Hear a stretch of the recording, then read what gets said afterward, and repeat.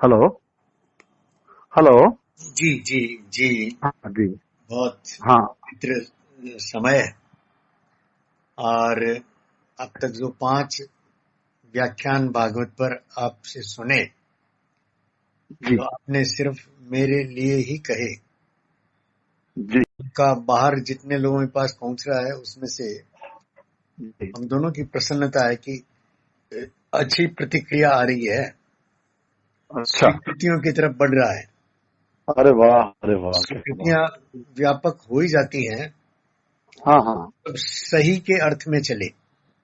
जी जी जी तो तीसरे व्याख्यान में मैं हम्म। व्यामोहित हुआ था, जी चौथे और पांचवें में मैं वापस सहज हूँ जी और हर उपकथा को मैं जी भागवत महात्म्य के ही रूप में देख हम्म, लेता हूँ। जी ये एक मुख्य कारण है कि मुझे आनंद आ रहा है। जी जी जी। ये कथाएं बार बार सुनी हुई, हाँ हाँ। लेकिन एक विशेष मंतव्य से, एक विशेष संदर्भ में हम्म। और विशेष मनस्थिति में जब पुनः आती हैं जी तो ये नए ही अर्थ खोलती है। बिल्कुल ठीक। तो ऐसे ही नए अर्थों के साथ हम्म। आप आज के छठे दिन की कथा जी मेरे लिए प्रारंभ करें, ये मैं निवेदन करता हूँ। जी जी जी। चलिए, सच्चिदानंद रूपाय विश्वोत्पत्त्यादि हेतवे तापत्रय विनाशाय श्रीकृष्णाय नमः। आज लोगों ने कल चर्चा में एक विषय अधूरा छोड़ा था, जी जिसमें हम शिव और दक्ष के वैमनस्य की कथा पर जी। चर्चा किए थे कि वो वजह क्या बनी कि दक्ष जो तो कुशल मैं हैं। कहता हूँ वे मनुष्य तो सिर्फ दक्ष की तरफ से है। नहीं, मैंने इसको स्पष्ट किया था कि उस शिव के कारण है, तो हाँ शिव हाँ, को शिव आप का जो उसमें नजर, अव्यवहारिक शिव रूप वगैरह है, अव्यवहारिक रूप जी वगैरह है। जी जी जी, जी जी। तो उसकी संतुलन नहीं स्मृति है। तुरंत नहीं है। देखिए क्या होता है कि कारण और कार्य ये दोनों अभिन्न हैं, अलग अलग नहीं है। जी जी। जी, बिल्कुल ठीक। तो ऐसे में ठीक है, शिव जिस स्थिति में है हम्म, उस स्थिति में मनुष्य का सवाल ही नहीं होता, क्योंकि उस स्थिति में समदृष्टि होती है, जिसको भगवान ने गीता में बुद्धि युक्तो जहाति है उभे सुकृत दुष्कृते तस्माद् योगाय उज्जस्व योग कर्म सुकौशलम कहा। और इसके पहले जो उन्होंने कहा कि योगस्थ कुरु कर्माणि संगम त्यक्त्वा धनंजय सिद्ध सिद्धो समो भूत्वा समत्वम योग उच्यते। जी तो शिव की दशा समत्व की है, समत्व योग की है, जी योगी है वो, इसीलिए महायोगी कहलाते हैं। अभी जो योग की एक भ्रामक समझ समाज में बनी है, जी शरीर और प्राणायाम तक, ये निश्चित ही मतलब एक दृष्टि से सराहनीय है कि कम से कम लोग योग समझने लगे, स्वास्थ्य के लिए ही सही। लेकिन स्वास्थ्य शब्द जब आता तो स्व में स्थित होने की प्रक्रिया का नाम योग है। जी जी जी, बिल्कुल ठीक। ठीक है। और जब हम स्व में स्थित नहीं होते तो रोगी हो जाते हैं हम। शरीर जैसे शरीर की दशा को हम ना समझें तो जी भी दिक्कत होती है। तो वो शिव योगी हैं, महायोगी हैं, तो वहां समत्व भाव उनके अंदर है। वो मान अपमान शत्रु मित्र इनसे ऊपर हैं। और दक्ष जो हैं, जैसे आचार्य शंकर ने ब्रह्मसूत्र में 3 सत्ताओं की बात की है। एक पारमार्थिक सत्ता की बात की है, जहां ब्रह्म की स्थिति है, जिसको स्थिति प्रज्ञ कहा गीता में। और एक प्रातिभाषिक सत्ता की बात की है कि जहां आभास हो रहा है लेकिन चीजें नहीं है, जैसे रस्सी में सर्प का आभास होना। और एक उन्होंने व्यवहारिक सत्ता की बात की है। है तो ये आचार तीसरी क्या? व्यवहारिक सत्ता है। व्यवहारिक, व्यवहारिक सत्य। जी व्यवहारिक जी, जी हम व्यवहार करते हैं जी। जी तो व्यवहारिक जगत के दक्ष हैं ये दक्ष प्रजापति। जी व्यवहारिक सत्ता में कुशलता इनको है। जी तो इस नाते ये वैमनस्य हुआ है। वैमनस्य जब भी होगा बुद्धि और अहंकार में ही होगा, अहंकार के बिना वैमनस्य नहीं हो सकता। जी जो अहंकार में कुशल हो वो वैमनस्य का शिकार होगा। क्योंकि दक्ष को मतलब जो कहते हैं दक्ष कुशलता जो शब्द आती है वो इंद्रियों के साथ, जो इसके साथ ही साथ इंद्रियों का भी विषय आ जाता है, क्योंकि कुशल आप इंद्रियों से ही होते हैं। कहते हैं बड़े कुशल हैं इस क्षेत्र में ये, तो वो इंद्रियों का विषय है, शरीर का विषय है, मन बुद्धि चित्त अहंकार का विषय है कुशलता जी। तो ये इस नाते मैंने इस शब्द को जिक्र किया, और शास्त्र में ऐसा है भी, वैमनस्य इन्हीं के अंदर आया, इन्हीं के अंदर आएगा भी, क्योंकि अहंकार से युक्त ये हैं दक्ष महोदय जी। तो ऐसे में एक बार इन्होंने यज्ञ किया, और जैसा कि शाप की कथा हमने जान ली थी, तो यज्ञ किया तो उसमें सबको इन्होंने स्थान दिया, लेकिन शिव को स्थान नहीं दिया, क्योंकि शाप ही दिया था कि आपको किसी ऐसे समारोह में स्थान न मिले जो सभ्य समाज द्वारा आयोजित किया जाता हो जी। तो जब सबको आमंत्रित किया, सब लोग जब आ रहे थे, तो जो सती उनकी धर्मपत्नी है, दक्ष की पुत्री हैं, माता सती के मन में ये जिज्ञासा हुई कि पिता के यहाँ सारे लोग आ रहे हैं और मैं न जाऊं तो हम लोगों से मिल नहीं पाए। पिता और पुत्री का एक आसक्ति तो होता ही है जी, जी। तो भगवान शंकर चूंकि पिता पुत्री के बीच में बाधक बनना नहीं चाहते जी, तो ऐसे में उन्होंने रोका तो नहीं, लेकिन कहा कि अगर आपके मन में इच्छा है तो आप जाएं, स्वतंत्रता उनको दी और वो उस यज्ञ में आई। अब इस प्रसंग को मतलब एक तरह से जानते लगभग सभी हैं, कथाएं तो आए दिन लोगों को सुनने का अवसर मिलता है, याद भी रहता है, लेकिन थोड़ा प्रसंग देखिए कितना सुंदर है। शिव का से सती का अपने पिता दक्ष के यहाँ आना, और जब दक्ष के यहाँ आती हैं वो, तो दक्ष के यहाँ आकर के जब यज्ञ में सबका स्थान देखती हैं, लेकिन अपने स्वामी का स्थान नहीं देखती जी। और तो उनको बड़ा ही नापार लगता है, बड़ा ही मतलब चूंकि दक्ष की पुत्री हैं तो इनके अंदर भी दक्षता या व्यवहार कुशलता का भाव आता है, और इनको लगता है कि ये हमारे पति का अपमान है जी। और जिस यज्ञ में, और ऐसी भी स्थिति बनती है कि चूंकि इनको बुलाया उन्होंने नहीं है, तो कोई भी व्यक्ति, इनकी बहनें हैं या और भी जो रिश्तेदार हैं, जो इनके परिचित लोग हैं, हर व्यक्ति इनसे नजर चुरा रहा है, क्योंकि बिन बुलाए मेहमान की तरह ये वहां गए हैं, तो इनको बड़ा उपेक्षा लग रहा है।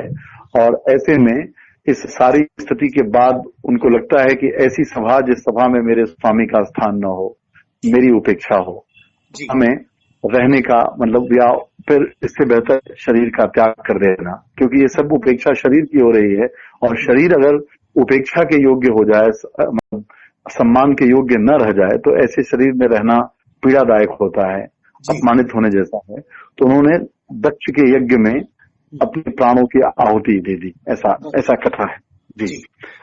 अब उनके साथ जो आए हुए प्रियव्रत, जो दक्ष इनके साथ आए हुए उनके गण हैं जी, शिव के जी, वो देखते हैं इस दृश्य को, तो वो वहां मतलब आक्रामक हो जाते हैं, और फिर दक्ष का जो है यज्ञ विध्वंस करते हैं वो लोग।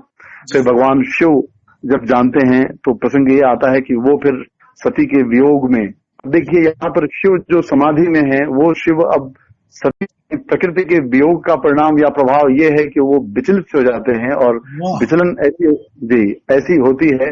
मैं समझता हूँ का या स्त्री से प्रेम का इससे सुंदर उदाहरण और कहीं नहीं मिलेगा कि वो सती के शव को अपने कंधे पर लेकर सालों भटकते रहे हैं जी, और जहां जहां उनके एक एक अंग, एक एक देह का अंग गिरा, वो सब शक्तिपीठ के रूप में जी बन गया।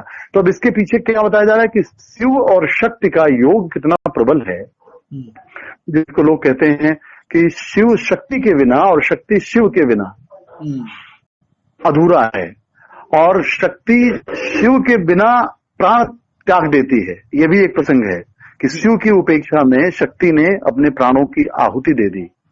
ठीक है, अब आप देखिए कि प्रेम का इससे सुंदर उदाहरण क्या हो सकता है। यद्यपि पिता के प्रेम में पिता के यहाँ ही हो, लेकिन क्योंकि प्रेम में अगर आत्म तत्व न हो, आत्मीय भाव न हो, तो वो प्रेम स्वीकार योग्य नहीं होता, उसकी स्वीकृति बनती नहीं है जी। आज जो प्रेम में व्यक्ति उपेक्षा का शिकार होता है, या कह सकते हैं कि प्रेम के द्वारा लोग चले जाते हैं, वो सिर्फ इसलिए कि वो प्रेम जो है वो आत्मिक प्रेम नहीं है, वो आत्मीय प्रेम नहीं है, शिव शक्ति का तात्विक प्रेम नहीं है जी। इस और प्रेम हमेशा शिव और शक्ति के बीच होता है, ये भी बात हमें ध्यान रखना चाहिए। तो फिर दक्ष का जो है मतलब यज्ञ विध्वंस होता है, और ऐसे में दक्ष का जो मतलब सर धड़ से अलग होता है, जो एक बार उसी प्रसंग में हमने आपसे जिक्र किया था कि उसमें फिर बकरे का मैं जो करते थे, तो बकरे का सर लगा दिया जाता है, और फिर दक्ष फिर से पुनर्जीवित होते हैं, उनको अपनी गलती या अपने अहंकार का बोध होता है कि उनसे एक भूल हुई जी, जिस भूल का ये प्रभाव उनको भोगना पड़ा। ठीक है, तो ये कथा अगर देखें हम तो ये प्रकृति और ब्रह्म और प्रकृति के या आत्मा और शरीर के मिलन की भी कथा है जी। शास्त्रों में बुद्धि को मतलब स्त्री की संज्ञा दी गई है जी। एक आगे में इसका जिक्र हम करेंगे पुरंजनोपाख्यान में जी, कि बुद्धि जो है स्त्री है और दक्ष का जो मतलब कह सकते हैं स्त्री तत्व जो है वो अमर्यादित है, वो मर्यादित नहीं है, क्योंकि वो अहंकार के, जब स्त्री अहंकार के अधीन हो तो वो अमर्यादित हो जाती है। स्त्री का सौंदर्य ब्रह्म के साथ है, अहंकार के विसर्जन के साथ है। इसीलिए आप देखते हैं कि प्रेम तत्व जो है जब स्त्री विकसित होती है तो वो प्रेम तत्व के साथ विकसित होती है और परम विकास मातृत्व के रूप में अहंकार शून्यता होती है। एक माँ अहंकार शून्य होती है, लेकिन जब वही माँ अहंकार से युक्त होकर के अपने बच्चे का पालन करती है तो बच्चे और माँ के बीच संवाद नहीं हो पाता। संवाद तभी तक होता है जब तक अहंकार शून्यता है स्त्री के अंदर जी। जब वो अपेक्षा आ जाती है, अहंकार में तो अपेक्षा होती ही है। तो ये सब बड़े ऐसे विषय हैं कि अगर इनके तत्वों पर विचार किया जाए तो रहस्य खुलता है इन कथाओं का जी। अब आगे की कथा में मनु शतरूपा, जिसको हम लोग आदि पुरुष और मतलब आदि जी, हाँ प्रकरण में अंतिम पेरा कहा है, अंतिम पेरा जो कहा, हाँ निष्कर्ष ये है कि इसका अगर गंभीर गहन विमर्श किया जाए तो उसमें से आध्यात्मिक और वैज्ञानिक भी और मनोवैज्ञानिक भी और गहरे मानवीय संबंधों के गहरे सूत्र निकलते हैं। बिल्कुल निकलते हैं जी। तो आप थोड़ा सा इस पर रोशनी डालें। हाँ, मैं फिर कोशिश बताता हूँ आपको। जैसे सती को आपने देखा होगा रामा अवतार में, जब अब देखिए दक्ष की पुत्री है, वो प्रश्न करती है, शंका करती है। हाँ, मैं बताता हूँ कि सती का प्रसंग यहाँ ऐसे देखा जाए, सती शिव के साथ हैं। एक दृश्य ये है कि सती शिव के साथ हैं और सती दक्ष की पुत्री हैं। ठीक है, ये दो बातों को पहले ठीक से समझा जाए। सती का शिव से योग जब होता है तो सती का स्वरूप अलग होता है, लेकिन सती का शिव से वियोग होने के बाद सती का स्वरूप अलग होता है जी। जैसे जब यहाँ चूंकि भागवत की कथा के प्रसंग में पहले इसको थोड़ा सा और स्पष्ट किया जाए कि जैसे ही भगवान शिव से वो वियोग करके दक्ष से योग करने के लिए आई जी, तो उस समय सती को क्या करना पड़ा, अपने प्राणों की आहुति देनी पड़ी जी जी। यानी सती को रहने योग्य नहीं लगा जी, मैं रह नहीं सकती हूँ। ठीक है, यानी शिव से योग हो गया। जो अभी आप जो मृत्यु की मीमांसा कर रहे हैं कि मृत्यु जो होता है वो सती का तब होता है जब शिव से वियोग हो। शिव से वियोग में सती मृत ही है जी। और वहां पर भी देखें आप तो जब वो भगवान राम अपने पत्नी के वियोग में वन वन भटक रहे हैं और जब इस दृश्य को सती देखती हैं तो सती चूंकि दक्ष की पुत्री हैं तो जाहिर सी बात है कि वो भी बुद्धिमान है। दक्ष पिता बुद्धिमान है तो बुद्धिमान पुत्री भी है, बुद्धि के साथ वो विचार करती है, आत्मभाव में वो शिव के साथ रहती है।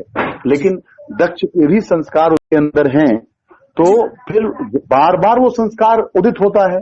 तो उसी संस्कार के उदय होने पर पूछती है कि क्या ये आपके आराध्य राम हैं जिनकी आराधना करते हैं, जिनको आप ब्रह्म कहते हैं, और इनकी ये दशा पर इनकी पत्नी के वियोग में ये दशा है। देखिए कितना सुंदर दृश्य कि पत्नी के वियोग में जो दशा राम की है ऐसी ही दशा यहाँ सती के उस यज्ञ कुंड में भस्म हो जाने के बाद शिव की है, बल्कि उससे भी बदमाश, उससे भी विभत्स है जी। वो तो संसार के प्रलय की है, वो प्रलय करने की ऐसी स्थिति बन गई है जी। जिस सारे माने कहते हैं कि जो भी संसार के पालक रक्षक है वो सब के सब कहीं शिव इस जगत का संहार न कर दें सती के वियोग में जी, सब प्रार्थना करते हैं जी। तांडव किया है उन्होंने जी सती के वियोग में। तो ऐसे में देखिए दृश्य कितना, तो जब जाती हैं वो, तो गोस्वामी जी ने बड़ा सुंदर एक प्रसंग लिखा है कि जब वो जाती हैं, चूंकि बुद्धि से उनके अंदर सवाल उठा, बुद्धि तो सवाल उठाती है, बुद्धि का काम ही है तर्क करना। ठीक है, आपने कहा कि तर्क से हम लोग थ्री डायमेंशनल ज्ञान प्राप्त कर सकते हैं। इसको आपने अपने वैज्ञानिक लेक्चर्स में बार बार समाहित किया है। मृत्यु के इस पार जो है वो काल में 3 जो परिणाम जो मापते हैं, जिससे हम लोग त्रिविमीय जो खाका बनता है, दृश्य बनता है, उसी का ज्ञान हो, जिसको 3 डायमेंशन कहते हैं हम लोग, लंबाई, चौड़ाई और ऊंचाई, यही मापन है। तो बुद्धि इस पर तर्क करेगी, इस चूंकि वो 3 तरह के दृश्य को देखने का सामर्थ्य, दृश्य देखा और दृश्य से प्रभावित हो गई। तो कहा कि अगर ये ब्रह्म है, और आप कहते हैं कि ब्रह्म माया से मुक्त है, माया का असर नहीं, यहाँ तो ब्रह्म पूरी तरीके से माया के अधीन है। ये तो इतना व्याकुल है कि पशु पक्षी से पूछ रहा है कि तुमने मेरी पत्नी देखा क्या? तो उन्होंने कहा कि हाँ है, तो यही मेरे मतलब आराध्य। तो कहा मुझे नहीं लगता है आपके आराध्य। कहते हैं कि तो मेरी इच्छा हो रही है जरा इनसे बात करने की। तो वो कहते हैं कि जाइए, जाके आप देख लीजिए कि कौन है ये।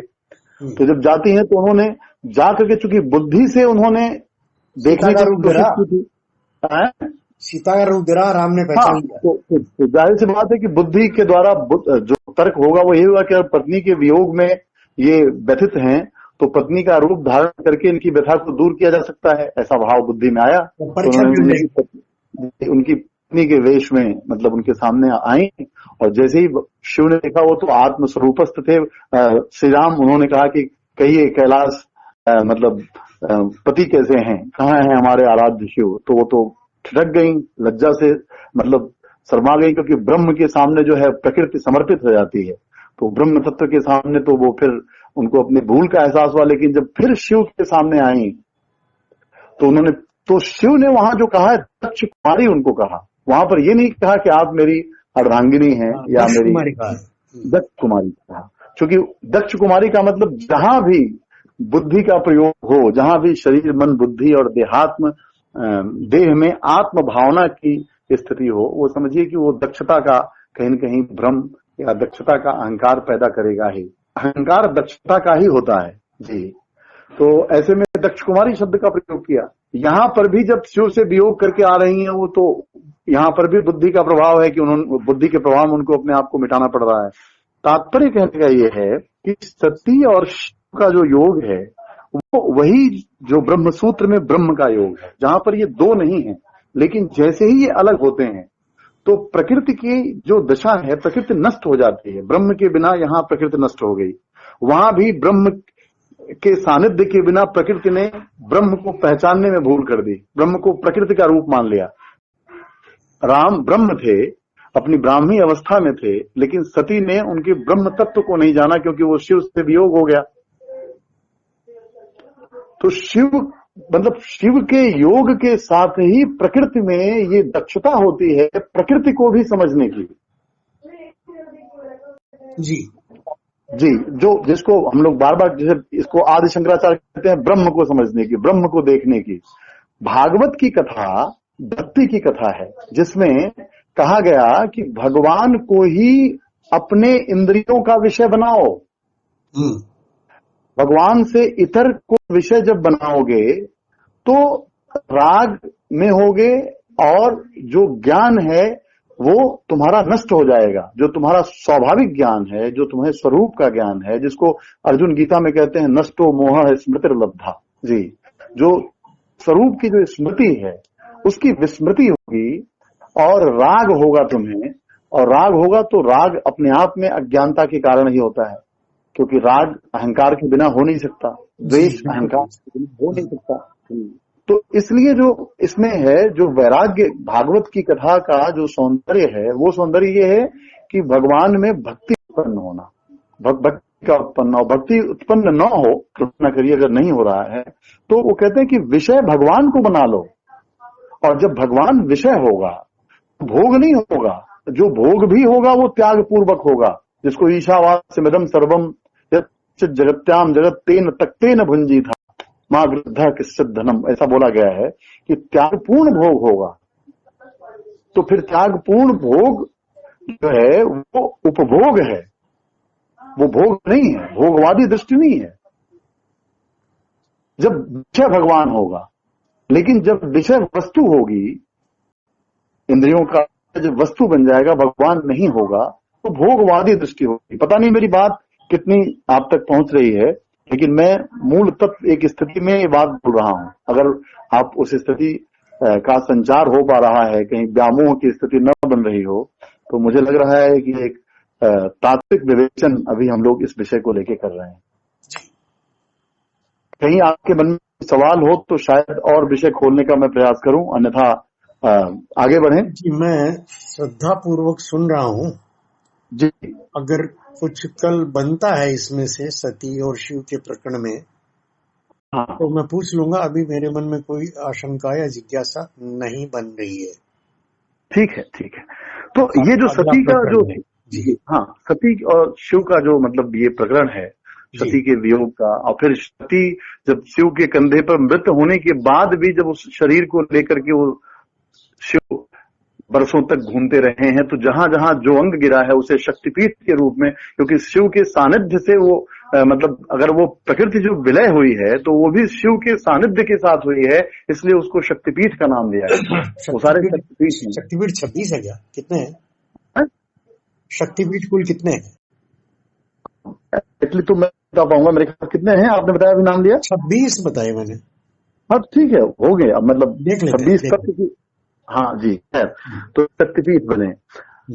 अब वैसे तो क्या हुआ कालांतर में, जैसे बुद्ध के जहां जहां भी स्तूप बने हैं, ऐसी मान्यता है कि वहां उनकी अस्थियां या उनके शरीर के कुछ जो दिव्यांश हैं वहां पर, जैसे बुद्ध का भी है और इनका भी अपन जो बात करते हैं श्री अरविंदो का, अरविंदो के जो ध्यान के केंद्र बने हुए हैं वहां कुछ दिव्यांश आए हुए हैं।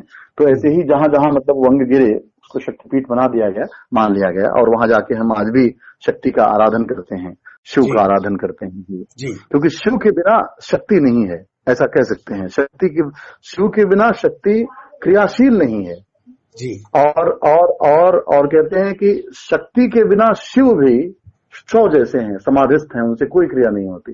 ये दोनों मतलब जब जो जगत की उत्पत्ति, स्थिति और प्रलय, ये शक्ति और शिव के मिलन से होता है जी। जैसे अपन कह सकते हैं कि ऊर्जा और क्या कहते हैं पदार्थ, ये दोनों अलग नहीं किए जा सकते, ऐसे ही मतलब शक्ति को और शिव को अलग नहीं किया जा सकता। अलग होने पर एक विकराल स्थिति बनती है, जहां सृजन नहीं होता, जहां पालन नहीं होता, संहार कारक स्थिति बनती है जी। अब आगे के प्रसंग में मनु और शत्रुपा का प्रसंग आता है। मनु और शत्रुपा को हम लोग एक ब्रह्मा के ये मतलब कहते हैं कि जब ब्रह्मा ने मानुषी सृष्टि करनी चाहिए, क्योंकि सृष्टि तो ब्रह्मा जी के द्वारा ही प्रजापिता कहते हैं उनको, तो ऐसे में अब मानुषी सृष्टि यानी जिसको आप कह सकते हैं मैथुनी सृष्टि, जहां स्त्री पुरुष के संग से सृजन होता हो, ऐसी सृष्टि में पहले स्त्री और पुरुष के रूप में सनातन संस्कृति में मनु और शत्रुपा को माना गया है। तो ये दो भागों में बट गए ब्रह्मा जी ही। ब्रह्मा जी एक का शरीर का एक भाग स्त्री बन गया, एक भाग पुरुष बन गया। पुरुष भाग का नाम मनु और स्त्री भाग का नाम शत्रुपा के रूप में ये लोग दो पहले प्रथम पुरुष, आदि पुरुष कह सकते हैं, आदि स्त्री, ये बने।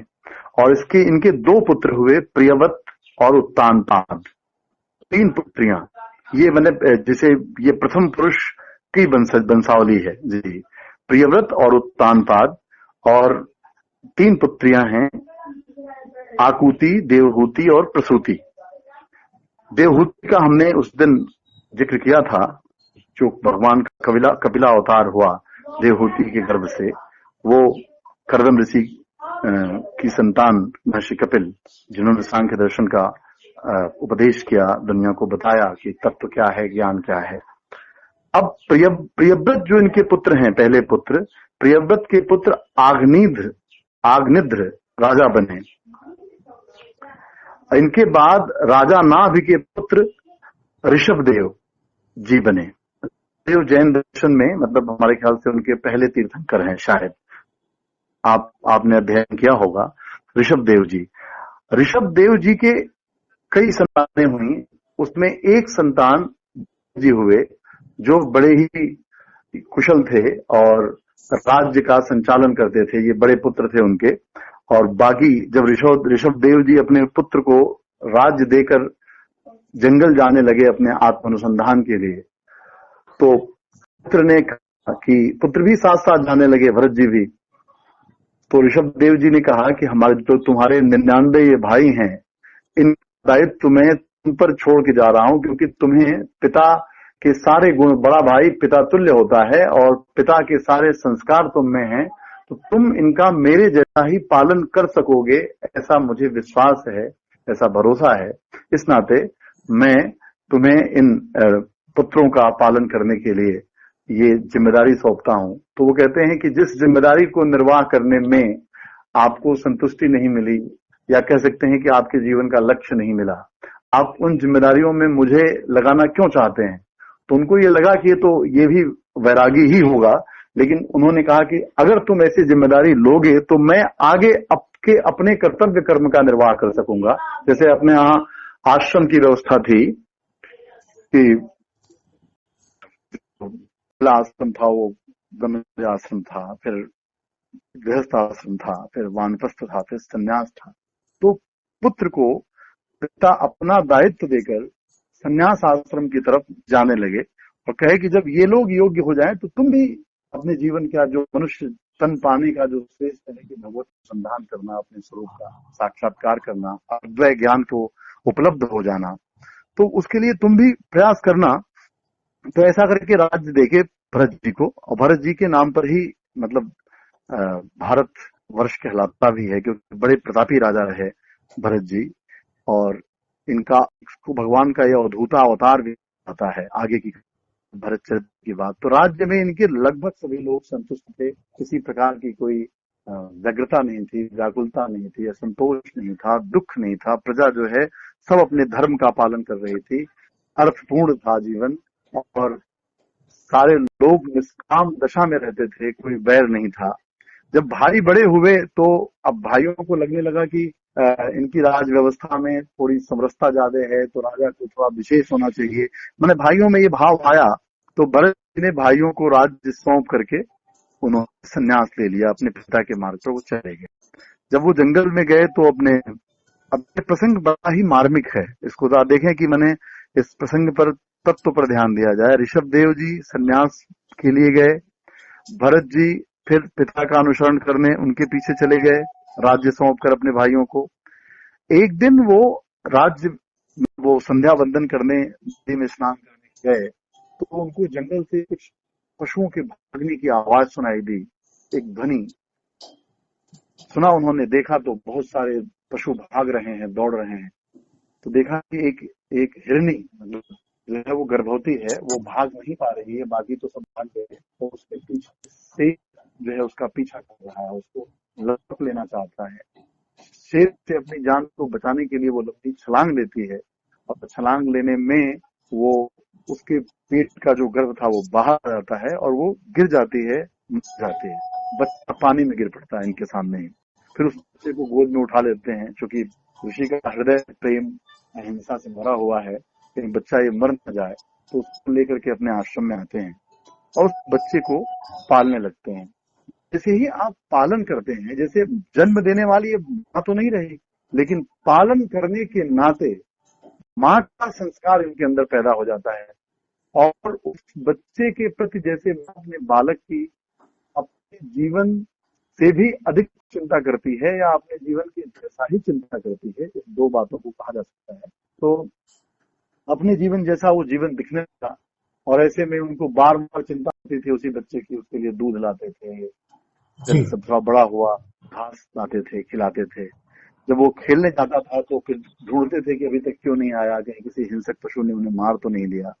ठीक है, तो अब उनका ध्यान का केंद्र वो हिरण का बच्चा हो गया, और उसी के को केंद्र ध्यान में रखते हुए इनके शरीर का त्याग भी हो गया। तो अगला जो जन्म हुआ वो हिरण का हुआ, क्योंकि हिरण की स्मृति में ही उन्होंने शरीर को त्यागा, मनुष्य के देह को त्यागा।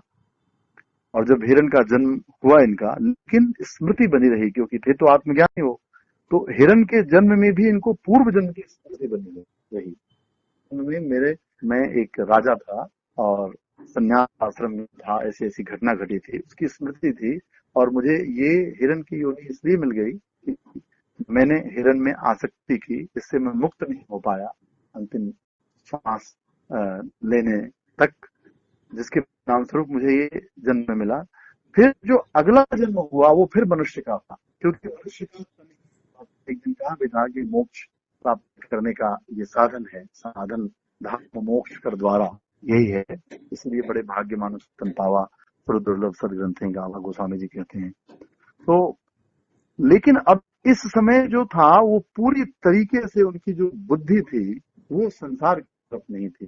बुद्धि को एक तरह से स्त्री भी कहते हैं, और जड़ थी, बुद्धि को उन्होंने जड़ बनाए रखा। तो इस जन्म में उनका नाम जड़ भरत रखा गया जी। अब संसार में किसी चीज में उनको न कोई राग है, न कोई वैराग्य है, न किसी से शत्रुता है, न किसी से मित्रता है, न कुछ पाने की इच्छा है, न कुछ छोड़ने का प्रयास है। तो ऐसे में घर वालों को लगा कि ये तो कोई मूढ़ बालक है, एक ब्राह्मण कुल में जन्म हुआ जी। बाकी सारे लोग शिक्षा की दृष्टि, अब जब जिन कारणों से संसार के संबंध स्थापित होते हैं, अगर वो कारण ही आपके जीवन में नहीं हो तो फिर ऐसे में संबंधों का भी कोई अर्थ रह नहीं सकता। तो फिर रहते थे, कहीं मांग के खा लेते थे, कोई चिंता नहीं थी, सही हिस्ट पुष्ट था। इस तरीके से उनका जीवन व्यतीत होने लगा। ऐसे में एक दिन राजा रघुगण कपिल, भगवान कपिल जो कपिला अवतार है, ज्ञाना अवतार, उनका प्रवचन करने सुनने जाना था उनको। तो उस दिन उनके जो वो कंधे पर लेके चलते हैं कहार रथ को, पालकी को, वो एक कहार कम था, इसी कारण से वो नहीं आ पा रहा था या बीमार था। तो उनको जाना था प्रवचन सुनने, सत्संग सुनने। तो ऐसे में कहारों ने को मोटा ताजा देखा, स्वस्थ देखा, तो इन्हीं को कहार के रूप में कहा कि भाई राजा को सत्संग सुनने जाना है तो क्या कहार पालकी ढोगे? इन्होंने कहा कि जैसी हरि इच्छा, क्योंकि ये तो हरि इच्छा में ही जी रहे थे, जड़ थे, संसार के प्रति कोई सक्रियता नहीं थी, इनकी सजगता नहीं थी, और इनको कहार बना दिया गया। तो कहार बना दिया गया। जब ये चल रहे थे तो उछल उछल के चल रहे थे, क्योंकि कहीं पांव के नीचे कोई जीव न दब जाए, कहीं कोई हिंसा न हो जाए। सत्स्वरूप का ज्ञान था और जगत में एक ही तत्व ब्रह्म दिखता था, तो जहां भी कहीं जीवन वहां ब्रह्म।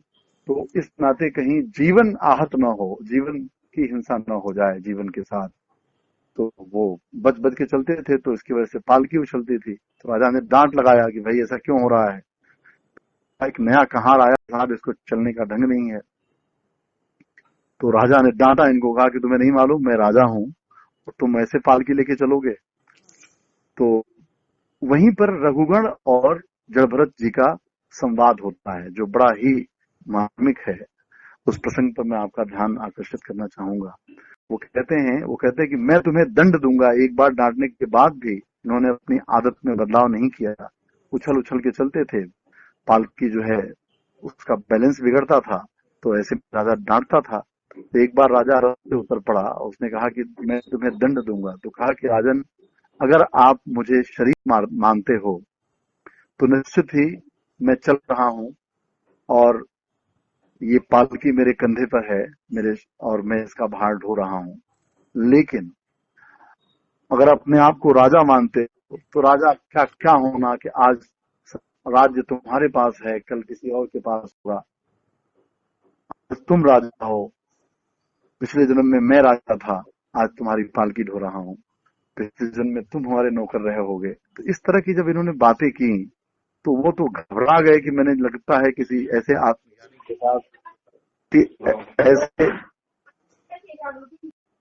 ऐसे आत्मज्ञानी के साथ मतलब मेरी स्थिति बन गई है कि जो आत्म तत्व को जानते हैं, तत्ववेत्ता हैं।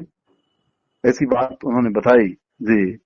और फिर स्थिति ऐसी बनी कि वो राजा उनके चरणों में गिरा और उसको उन्होंने आत्म तत्व का उपदेश किया, ब्रह्म ज्ञान दिया। अब यहाँ पर इस कहानी तो इतनी ही है जी, लेकिन इस कहानी में अगर अपन विचार करके देखें तो जो संसार के प्रति जड़ता है, इस जड़ता के बिना आत्मा के प्रति जो सक्रियता है, सजगता है, वो हो नहीं पाती। आत्मा के साथ संसार में जो व्यवहार है वो जड़ता से युक्त होता है। जैसे राजा सत्संग सुनने जा रहे थे, लेकिन आत्म तत्व, ऐसा नहीं कि पहली बार जा रहे होंगे, इसके पहले भी सुना होगा, लेकिन आत्म तत्व का बोध नहीं था। और वो सन्यासी, वो ब्राह्मण जो जड़ के रूप में संसार की दृष्टि से वो जड़ था, लेकिन आत्म दृष्टि से वो सजग था। तो इसमें मैं ये कहना चाहूंगा कि जो ये भागवत की कथा है, ये विभिन्न कथानकों के माध्यम से एक ही चीज की स्थापना करती है कि आपको उस परम तत्व का ज्ञान हो जाए, जिस ज्ञान के लिए ये मानव तन मिला हुआ है। और ज्ञान ही ना हो जाए, ज्ञान के बाद आपका व्यवहार भी परम तत्व के साथ ही हो, आपका व्यवहार संसार के व्यक्ति वस्तुओं के साथ नहीं हो। इस अवस्था की प्राप्ति जो होती है, ये अवधूतोपाख्यान के नाम से ये व्याख्या है। और जैन समाज में जो सन्यासी लोग देह की उपेक्षा करके जिस तरह के तप करते हैं, शायद वो इसलिए ही करते हैं कि वो बताना चाहते हैं कि जो देह है उसका कोई अर्थ नहीं है। और जबकि अगर विचार किया जाए तो देखा जाए तो देह के अर्थ के साथ ही देह के अर्थ का नहीं होना भी पता चलता है। ऐसा नहीं है कि देह त्याग देने के बाद आप देह के अर्थ को जान लो। जैसे मैंने कहा कि संसार में जब आप होते हैं तो संसार में होकर के ही, शरीर में आकर के ही मोक्ष। और ये जो मैंने कहा कि इन्होंने कहा कि भगवान को ही साधन बनाया जाए, भगवान को ही इंद्रियों का विषय बनाया जाए। भगवान इंद्रियों का विषय होगा तो विषय से योग होगा, योग नहीं होगा। और विषय से योग हो जाने के बाद जो ओम पूर्णमदः पूर्णमिदं पूर्णात् पूर्णमुदच्यते पूर्णस्य पूर्णमादाय पूर्णमेवावशिष्यते, जो ये हम लोग बोलते हैं, ये स्थिति आएगी, फिर अपूर्णता नहीं होगी, फिर हम पूर्ण को जान पाएंगे। आज इंद्रियों में जो विषयों की लालसा है वो अपूर्णता के नाते है। और कभी भी विषयों को प्राप्त करके, विषय को विष का भी नाम दिया गया है कि विषय अगर विष है तो विष से तो मृत्यु होती है। कब आनंद का विषय बन गया भाई? अगर विषय को ऋषियों ने विष कहा तो विष तो मृत्यु का कारण है। तो इसका मतलब हुआ कि एक प्रकार की मृत्यु ही होती है, उस अद्वैय ज्ञान की मृत्यु होती है।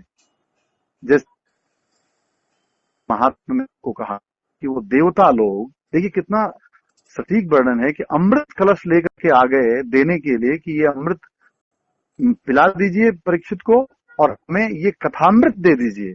लेकिन सुखदेव जी ने उनका उपहास किया, कहा कि देखो ये अमृत देने आ गए, जैसे अमृत इनके द्वारा बनाया गया हो, इनके द्वारा प्राप्त किया गया हो।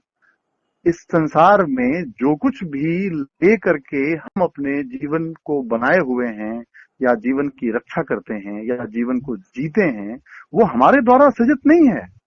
इसके प्रति कृतज्ञता होनी चाहिए। अगर हम सांस लेते हैं, जिसको हम प्राण कहते हैं, जैसे आपने मृत्यु पर व्याख्या की कि प्राण इतनी आसानी से नहीं निकलता जितनी आसानी से मेडिकल साइंस सिर्फ प्राण को निकल जाने से मान लेता है कि प्राण अंत हो गया, क्योंकि पंच प्राण की बात की गई है। समान, व्यान, उदान, अपान, प्राण, ये पंच प्राण हैं, बाकी तो बने रहते हैं। तो मृत्यु की भी एक प्रक्रिया है, जैसा बहुत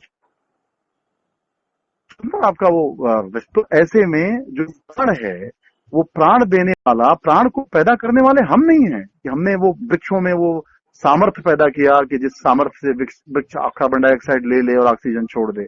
वो भी प्रभु की कृपा है। अगर देखें तो एक प्रकृति कृपा कहें या विज्ञान की भाषा में प्रकृति की एक व्यवस्था है। तो जीवन हमारी व्यवस्था के अधीन नहीं है, जीवन प्रकृति की व्यवस्था के अधीन है। प्रकृति की व्यवस्था जीवन योग्य है, इसलिए हम जीवित हैं। प्रकृति की व्यवस्था हमारे संसाधनों का भोग करने योग्य है, इसलिए हम उसका भोग कर पा रहे हैं। ये बात अगर हमें पता चल जाए तो हमें प्रकृति के प्रति कृतज्ञता का भाव होगा, धन्यवाद का भाव होगा, अहो भाव होगा, आंखों से आंसू गिरेगा कि इतनी बड़ी कृपा है कि परमात्मा इतना कुछ दे रखा है। हमारे बंधु बांधव, परिवार, जो भी लोग हैं, हम लोग तो उसे साधन समझते हैं, इस नाते पीड़ा का कारण बनते हैं और हैं। अगर उसको उसके बजाय हम साध्य समझ लें कि वो परमात्मा ही है, तो जीवन का पूरा पूरा उद्देश्य बदल जाता है। ठीक वैसे ही जैसे नाव और पानी का एक साथ होना आवश्यक है एक दूसरे की प्रासंगिकता के लिए, लेकिन कहीं अगर पानी नाव में आ जाए तो नाव डूब जाती है, और नाव पानी में आ जाए तो पानी से इस पार से उस पार ले जाने का साधन बन जाती है। ठीक वैसे ही अगर भगवान ही इंद्रियों का विषय बन जाए या इंद्रियों के विषयों में भी भगवान के दर्शन हो जाए तो जीवन आनंद स्वरूप हो जाता है, जीवन प्रार्थना बन जाता है, पूजा योग्य बन जाता है। सारे कर्म पूजा योग्य होते हैं तब जब वो परमात्मा के लिए किए जाएं। अगर पत्नी में परमात्मा के दर्शन हो तो आप देखिए उसके प्रति किया जाने वाला कर्म क्या पूजा योग्य नहीं होगा। पुत्र पूजा योग्य नहीं होगा, पिता पूजा योग्य नहीं होगा, सब एक दूसरे के पूरक हैं। लाओ से कहते थे कोई विरोध है ही नहीं, सब एक दूसरे के पूरक हैं, सुख दुख पूरक हैं। लेकिन हम लोग समझते हैं कि वो क्या कहते हैं, विलोम है, एक दूसरे के विपरीत हैं, विपरीतार्थक हैं। कहाँ विपरीत अर्थ है? अगर दुख न हो तो क्या सुख की अनुभूति हो सकती है? एक दूसरे की जहाँ सापेक्षता है वहां तो पूरक हो गए वो। इसलिए भगवान ने गीता में कहा कि मैं समासों में द्वंद्व समास हूं, जीवन और मृत्यु, जन्म और मृत्यु ये पूरक हैं। इस पर आपका व्याख्यान चल भी रहा है। जन्म के बिना मृत्यु संभव नहीं है और मृत्यु के बिना, इसलिए जन्म और मृत्यु द्वंद्व समास से जोड़े जाते हैं। पिता और पुत्र एक दूसरे के पूरक हैं, के बिना पिता नहीं उत्पन्न हो सकता, पुत्र के बिना माँ का जन्म नहीं, पुत्र के जन्म के बिना माता का जन्म नहीं हो सकता। ये माने करें फादर ऑफ मैन वर्ड्सवर्थ ने कहा था कि पिता जो है, जो पिता को जन्म देता है पुत्र, बच्चे पिता देता है, ये सभी जानते हैं। लेकिन बच्चा भी पिता को जन्म देता है, दृष्टि ऐसी भी होनी चाहिए, क्योंकि बिना बच्चे के कोई पिता नहीं हो सकता। तो इस तरीके जब ये दृष्टि ब्रह्म की दृष्टि हो जाए, संबंधों में भी ब्रह्म ही दिखने लगे, तो जो फिर वही प्रसंग, चूंकि सती का प्रसंग अभी हमने लिया है, तो उसमें कहते हैं उमा जय राम चरण रत विगत काम मद क्रोध, और निज प्रभु में देखें जगत कैसन करें विरोध। एक ऐसी दुनिया जो प्रेम से भरी होगी, और वो तभी हो सकती है जब दुनिया में परमात्मा का दर्शन हो, क्योंकि परमात्मा सर्वत्र व्याप्त है। गोस्वामी जी ने इसको और भी सरल किया कि हरि व्यापक सर्वत्र समाना, प्रेम से प्रकट हो ही मैं जाना। जो प्रेम से प्रकट हो वही परमात्मा है। जहाँ प्रेम है वहां परमात्मा है, और प्रेम तभी है जब अद्वय, जब ज्ञान हो, लगे कि दूसरा तो है ही नहीं, हम ही तो हैं, हमारा ही तो विस्तार है। जी, अनन्यता है ना। हाँ, अन्य है ही नहीं, अनन्यता है प्रेम। अन्य उसको नाम पे कहते हैं अन्य, जहाँ जैसे अनन्यास चिंतयन्तो माम यो जना पर्युपासते तेषाम नित्याभियुक्ता नाम योगक्षेम वहाम्य हम। कहते हैं कि योग और क्षेम मैं वहन करता हूं। अब देखिए योग क्षेम भी अगर परमात्मा, देखिए कितनी सुंदर दृष्टि कि अगर योग हुआ है ये भी परमात्मा का मतलब वहन की कृपा है, और अगर जो क्षेम है जो बना हुआ है ये भी उसकी कृपा है। अन्यथा हमारी सांस हम लेते रहें ये भी हमारे सामर्थ्य में नहीं है। तो फिर ऐसे जगत पर अपना आधिपत्य करने या जगत को अपना राज्य बनाने या अपने अधीन करने का जो ख्याल है, जगत को या जगत के किसी पद प्रतिष्ठा, जो भी मतलब वस्तु है जिस भी हम अधिकार करने की कोशिश करते हैं, ये विशुद्ध रूप से एक प्रकार की अज्ञानता है। जब हमारे सबसे जीवन का महत्वपूर्ण जो प्राण है उस पर ही अधिकार नहीं है, बाहर की सांस कब अंदर। पर एक प्रसंग आता है नानक देव जी के शिष्य, जो वो कौन थे दोनों, बाला और दो जी, तो उनसे एक सवाल पूछा उन्होंने आपस में, मर्दाना, बाला और मर्दाना, कि जीवन क्या है। अभी अच्छा हुआ हो कि जीवन क्या है, तो कहा कि जीवन तो पल दो पल। कहा नहीं, आती जाती श्वासों का ही खेल है। एक श्वास अंदर गई फिर बाहर नहीं आती, अब या एक सांस बाहर गई फिर अंदर नहीं आती, यही तो जीवन अगर देखें तो किसका नियंत्रण है? किसी का नियंत्रण नहीं है। तो जिस जीवन के लिए हमने तमाम सारे मूल्यवान मानक बना रखे हैं, तमाम सारे मूल्यों को आधार बना रखा है, वो जीवन पर ही हमारा अधिकार नहीं है, वो जीवन ही हमारे वश में नहीं है, या कह सकते हैं वो कृपा से चल रहा है, या उस पर नियंत्रण किसी और का है। हमारी सांसों पर हमारा नियंत्रण नहीं है। तो फिर ऐसे में ये श्वास लेने वाले लोग जगत को नियंत्रित करने का प्रयास करें, इससे बड़ा भ्रम और इससे बड़ा अधर्म कह लें। और अधर्म यही है, अधर्म यही है कि ये प्रकृति किसी और की, और इस पर आधिपत्य हम स्थापित करते हैं, इस पर स्वामित्व हम स्थापित करने की बात करते हैं, कहते हैं हम स्वामी हैं। इसके लिए अपने यहाँ बहुत ऐसा संप्रदाय हुआ जहाँ लोग अपने को दास कहते थे, प्रकृति का दास कहते थे। हम तो उसके दास हैं, क्योंकि उसके बिना तो हम हैं ही नहीं। सब दशावत राम गोसाई कहा गया, नाचे नर मरकट की नाई। तो ये दास वाली बात आई, और एक संप्रदाय स्वामी वाला चला कि हम ही तो हैं, दूसरा जब है ही नहीं तो कौन दास। दास के लिए भी किसी दूसरे का होना। तो ये दो तरह की जो प्रकृतिवादी लोग थे, जिन्होंने मतलब विषयों से अपने जीवन को देखा तो विषय तो हमने बनाए नहीं है, विषय तो जी परमात्मा ने बनाए। विषयों के प्रति जो आकर्षण है वो प्राकृतिक है, जी वो अगर हमारे द्वारा पैदा तो हुआ नहीं है। तो इस तरह से इस कथा का जो उद्देश्य है कि व्यक्ति को पूरी तरीके से भगवतमय, भागवत नाम ही इसलिए कि आप भगवतमय हो जाएं। जी, आगे की कथा में जी आज विराम ले, जी विराम एक समय है, जी विराम दिया जाता है। जी आज बिल्कुल आप, जी बिल्कुल। तो आज यहीं पर विराम करते हैं और कल फिर से आगे की कथा लेते हैं। जी कृतज्ञोस्मि कृतज्ञोस्मि कृतज्ञोस्मि।